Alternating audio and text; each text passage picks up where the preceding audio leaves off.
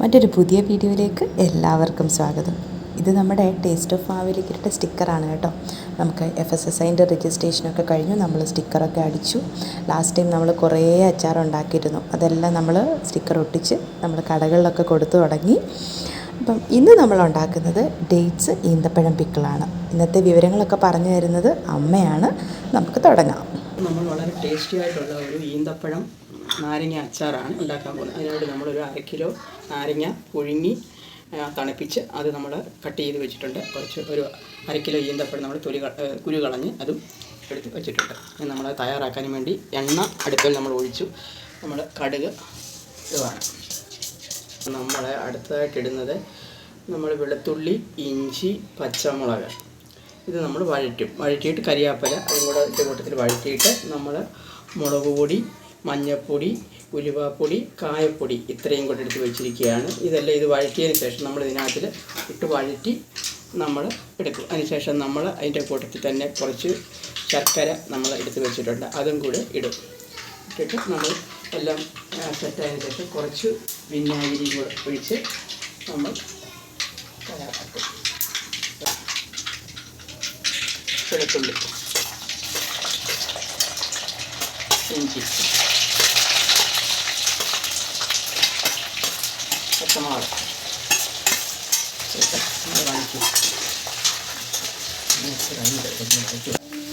വഴഞ്ഞ് വന്നിട്ട് നമ്മൾ കരിയാപ്പില ഇട്ടു. കരിയാപ്പില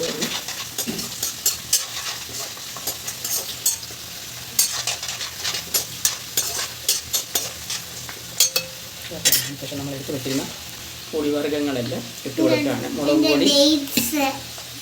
മുളക് പൊടി, മഞ്ഞൾപ്പൊടി, കായപ്പൊടി, ഉലുവാപ്പൊടി എല്ലാം കൂടെ ഇട്ടു. മസാല മുത്തതിന് ശേഷം നമ്മൾ കുറച്ച് വിനാഗിരി ഒഴിക്കുക.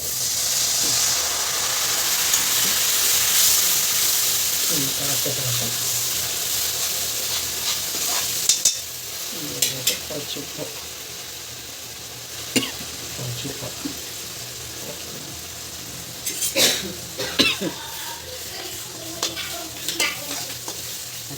അതിനുശേഷം നമ്മൾ ഇടാൻ പോകുന്നത് ശർക്കരയാണ്.